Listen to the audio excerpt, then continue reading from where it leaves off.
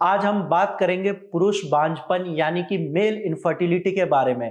आज के समय में काम का स्ट्रेस, पुअर डाइट, नींद की कमी और नशे की आदतों की वजह से स्पर्म काउंट कम हो रहा है और साथ में स्पर्म की क्वालिटी भी खराब हो रही है। लेकिन चिंता मत कीजिए, अगर आप होम्योपैथिक मेडिसिन के साथ साथ योगा करते हैं तो आपकी प्रॉब्लम ठीक हो सकती है। नमस्कार, मैं डॉक्टर हिमांशु पराशर। आज इस वीडियो में आपको बताऊंगा ऐसे योगासन के बारे में जिसको अगर आप रेगुलर करते हैं तो आपका स्पर्म काउंट इंक्रीज हो सकता है और साथ में आपका ब्लड सर्कुलेशन भी इंप्रूव होगा। तो चलिए वीडियो को स्टार्ट करते हैं। फर्स्ट आसन है भुजंग आसन। यह आसन आपकी रीढ़ की हड्डी को मजबूत करता है और साथ में आपका ब्लड सर्कुलेशन भी इंप्रूव करता है। अब हम बात करते हैं कि आपको भुजंग आसन करना कैसे है। तो ज्यादा कुछ नहीं करना, सिर्फ आप पेट के बल लेट जाइए और अपनी हथेली को छाती के पास रखें और सांस भरते हुए शरीर का ऊपरी हिस्सा को ऊपर उठाना है। 15 से 20 सेकंड रुके और धीरे धीरे करके नीचे आए। सेकंड आसन है सेतु बंध आसन यानी कि ब्रिज पोज। ये आसन पेल्विक मसल्स को स्ट्रॉन्ग करता है, साथ में आपका ब्लड सर्कुलेशन भी इंप्रूव करता है। अब बात करते हैं कि ये आसन करना कैसे है। तो आपको पीठ के बल लेट जाना है, घुटने को मोड़ना है और सांस लेते हुए अपनी कमर को ऊपर उठाना है और कंधे व पैर जमीन पर टिकाए रखना है। 20 सेकंड तक आपको होल्ड करना है और ये एक्सरसाइज आपको रेगुलर करनी है। थर्ड आसन है पद्मासन और ध्यान यानी कि लोटस पोज एंड मेडिटेशन।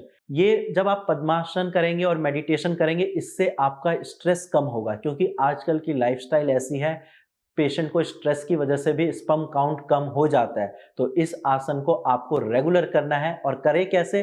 तो आप पद्मासन की पोजीशन में बैठ जाइए, अपनी आंखें बंद करें और गहरी गहरी सांसें लेनी है। 10 मिनट डेली आपको ध्यान लगाना है और पद्मासन करना है। फोर्थ है नौकासन यानी कि बोट पोज। इसमें आपके लोअर एब्डोमेन की जो मसल्स होती है उसको स्ट्रेंथ प्रोवाइड होती है, यानी कि वो मसल्स आपकी स्ट्रांग बनती है। और जब आपके लोअर एब्डोमेन की मसल स्ट्रांग होगी तो आपका टेस्टोस्टेरोन भी बूस्ट होगा। अब हम बात करते हैं कि नौकासन को करना कैसे है। तो आपको पीठ के बल लेट जाना है, फिर अपने हाथ और पैर को ऊपर उठाना है ताकि शरीर वी के आकार में आ जाए और यहाँ पे आपको 15 सेकंड तक होल्ड करना है। नेक्स्ट और लास्ट आसन की हम बात करते हैं वो है धनुरासन यानी कि बो पोज। यह आसन आपके शरीर में एनर्जी लेवल को इंप्रूव करता है और इसके साथ साथ आपका ब्लड सर्कुलेशन भी बढ़ाता है। अब हम बात करते हैं कि ये आसन करना कैसे है। तो इसके लिए आपको पेट के बल लेट जाना है, अपने टखने को पकड़े और सांस लेते हुए शरीर को धनुष की तरह ऊपर उठाए। ये सारे अगर आप आसन रेगुलर करते हैं तो डेफिनेटली आपका भी स्पर्म काउंट इंप्रूव होगा। ना सिर्फ स्पर्म काउंट इंप्रूव होगा बल्कि इसके साथ साथ आपके स्पर्म की क्वालिटी भी इंप्रूव होगी।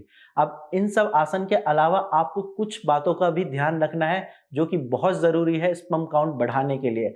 सबसे पहले आपको स्मोकिंग और अल्कोहल से दूरी बनानी है।